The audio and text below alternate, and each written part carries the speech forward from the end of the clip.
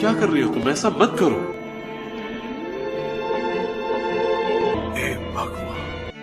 Movie की शुरुआत सन 2027 में होती है, जहां पर अन्य देशों के बीच युद्ध और न्यूक्लियस वेपन के हमले के कारण किसी भी देश में महिलाओं को बच्चे नहीं हो रहे थे और जो महिलाएं प्रेग्नेंट थी उन सभी का मिसकैरेज हो जाता है। इसलिए इंसानों की आबादी खत्म होने पर थी। न्यूक्लियस वेपन के हमले के कारण कई तरह की बीमारियां भी फैल जाती है। जो छोटे बच्चे थे उनकी इम्यूनिटी कम थी, इसलिए उनकी मौत हो रही थी। दूसरी तरफ यूके भी एक ऐसा देश रह जाता है जिसे छोटे रूप से गवर्नमेंट चला रही है, लेकिन बॉर्डर न होने के कारण अपने देश से भागे कई लोग यूके के बॉर्डर में आ जाते हैं, जिसके कारण पूरे देश में गवर्नमेंट को मिलिट्री तैनात करनी पड़ती है और इन बारी लोगों को पकड़कर जेल में डाला जाता है, क्योंकि उन्हें डर होता है कि कहीं इन लोगों से कोई बीमारी देश में ना फैल जाए। अब कहानी में आगे बढ़ते हैं और हम मूवी के मेन कैरेक्टर थियो फेरोन को देखते हैं, जो कॉफी शॉप पर कॉफी लेने जाता है। वहाँ पर वो बेबी डिएगो की मौत की खबर सुनता है, जो दुनिया में जन्मा सबसे आखिरी और कम उम्र का लड़का था, जिसकी उम्र 18 साल थी और पूरा देश उसके मरने का शौक मना रहा था। यह हमें पता चलता है कि दुनिया में लगभग 18 साल से कोई भी बच्चा नहीं हुआ है। अब थियो वहाँ से कॉफी लेकर बाहर आ जाता है और उसके आने के तुरंत बाद उस शॉप में एक जोरदार धमाका हो जाता है, लेकिन थियो पर उसका कोई असर नहीं होता है।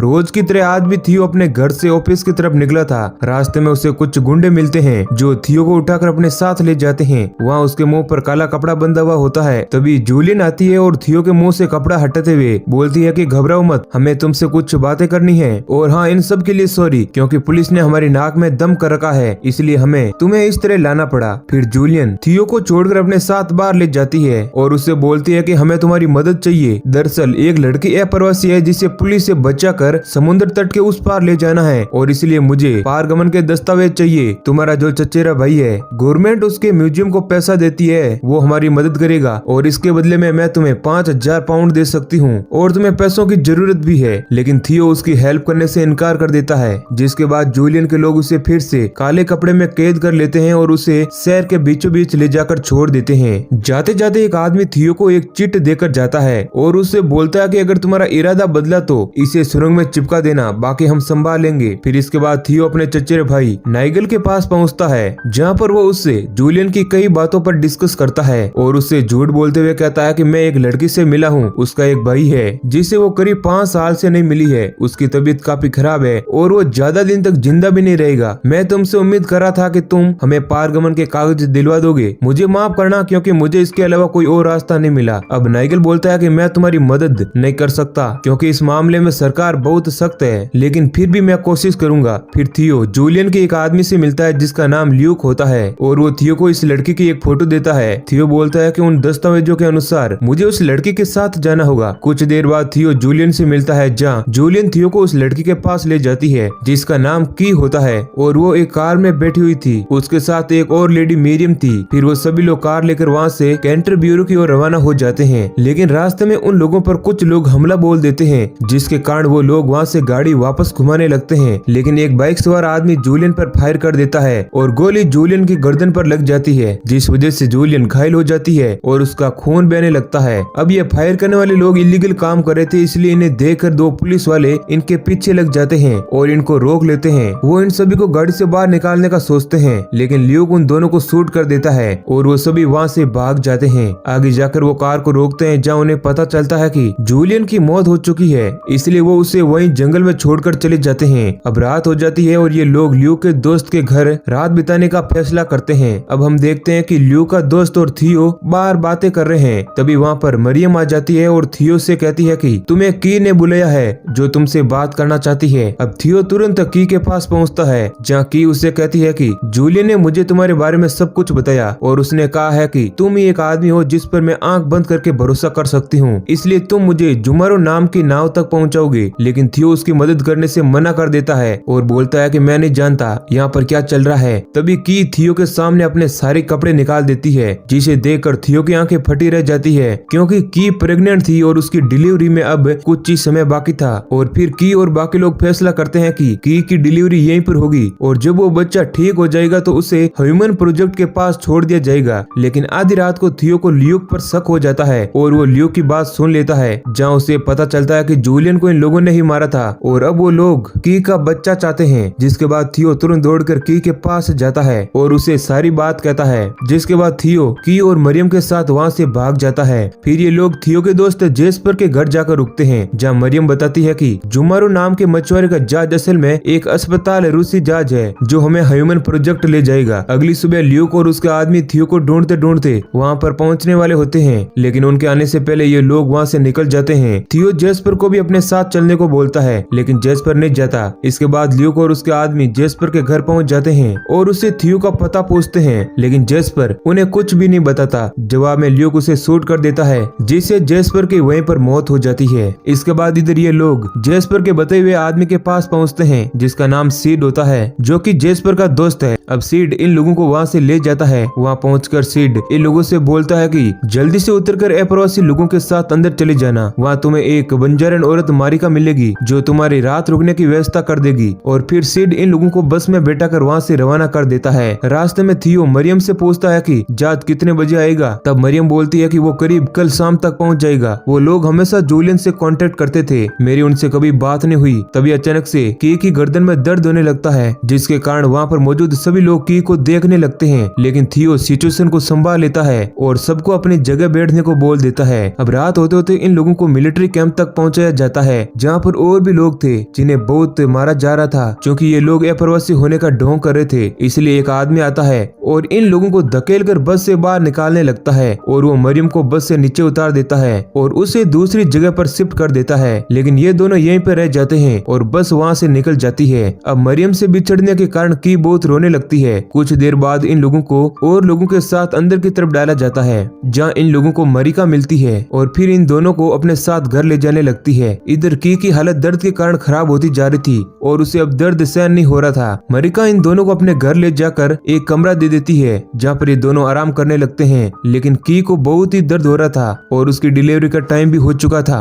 वो दर्द से बहुत चिल्लाती है और वहीं पर सो जाती है। तभी उसे एहसास होता है कि अब उसकी डिलीवरी होने वाली है। तब वो ये बात थियो को बताती है और जवाब में थियो उसकी डिलीवरी करने लगता है और थोड़ी देर बाद वो उसकी ठीक तरह से डिलीवरी कर देता है। अगली सुबह मरिका का पति वहाँ आ जाता है और थियो से बोलता है कि कुछ घंटे पहले एक धमाके के कारण वहाँ की दीवार टूट गई और अप्रवासी लोग वहाँ से भाग निकले और फोर्स को पता चला है कि वो बम अप्रवासियों को भागने के लिए नहीं था। सिड को यह भी पता चलता है कि आर्मी इस जगह को उड़ाने वाली है, इसलिए उन लोगों को वहाँ से जल्द निकलना होगा। लेकिन तभी उस आदमी को शक हो जाता है कि की के पास कुछ है और वो उसे दिखाने को बोलता है, लेकिन की उसे दिखाने से मना कर देती है। अब उस आदमी के बहुत बोलने पर भी की उसे अपना बच्चा नहीं दिखाती है, जिसे देखकर वो आदमी चौंक जाता है और उनसे बोलता है कि उसे उठाओ, हमें निकलना है। लेकिन मरियम थियो से बोलती है कि इस बच्चे को इस आदमी से दूर ले जाओ, नहीं तो ये इसे मार डालेगा। अब वो लोग वहाँ से किसी तरह भाग जाते हैं और वो आदमी भी अब उनका पीछा करने लगता है। अब थियो उस पर अटैक करता है और उसे वहीं पर मार डालता है। अब वो लोग आगे जाते हैं जहाँ पर फायरिंग चल रही थी और इसी दौरान एक गोली थियो के पैर में आकर लग जाती है। थियो मरिका से बोलता है कि हमें एक नाव चाहिए, क्या तुम इसका इंतजाम कर सकती हो। मरिका बोलती है हाँ, और फिर वे उन्हें नाव तक ले जाने से पहले वो उसके दोस्त के घर पर ले जाती है, जहाँ एक आदमी मिलता है और थियो से कहता है कि हमारे पास एक नाव है और हमें 1 घंटे में निकलना होगा। और फिर वो सभी की को एक व्हील चेयर पर बैठा कर वहाँ से ले जाने लगते हैं। लेकिन आगे जाने के बाद ल्यूक और उसके बाकी दोस्त वहाँ पर आ जाते हैं, जो थियो को बहुत मारते हैं। फिर ल्यूक की को वहाँ से ले जाने लगता है और अपने साथियों से बोलता है कि मेरी जाने के बाद इन सभी लोगों को मार देना। तभी एक आदमी थियो पर गन तान देता है और उसे मारने ही वाला होता है, लेकिन सामने से फायरिंग होने लगती है, जिसके कारण थियो और मरिका मौका पाकर वहाँ से भाग जाते हैं। अब थियो मरिका को वहीं पर छोड़कर फायरिंग से बचते हुए की को ढूंढने के लिए एक बिल्डिंग में घुस जाता है, जहाँ पर लाशों का ढेर लगा हुआ था। अब वो की को सारी बिल्डिंग्स में ढूंढने लगता है। तभी उसे एक बच्चे की रोने की आवाज सुनाई देती है, जिसे फॉलो करते हुए वो की तक पहुँच जाता है। वहाँ जाकर वो देखता है कि की एक कोने में बैठकर रो रही थी और वहीं कुछ ही दूरी पर ल्यूक बैठकर फायरिंग कर रहा था, जिसको गोली लगी हुई थी। ल्यूक थियो से रोते हुए बोलता है कि जब मैं बच्चे को ऊपर लेकर आ रहा था तब मैं उसे देख रोने लग गया, क्योंकि मैं भूल गया था कि वो दिखते कैसे हैं। इसी बीच थियो वहाँ से जाने लगता है, लेकिन ल्यूक उस पर गन तान देता है और उसे बोलता है कि अगर तुम यहाँ से गए तो मैं तुम्हें मार दूंगा, क्योंकि ये बच्चा मुझे चाहिए। तभी फायरिंग होने लगती है और इसी बीच वो दोनों वहाँ से भाग निकलते हैं। लेकिन बच्चे के रोने की आवाज सुनकर उस बिल्डिंग बिल्डिंग में मौजूद सभी आम लोग इन्हें देखकर रोने लगते हैं और की के बच्चे के सामने हाथ जोड़ने लगते हैं, क्योंकि इतने सालों बाद किसी औरत को बच्चा होना सच में एक चमत्कार था।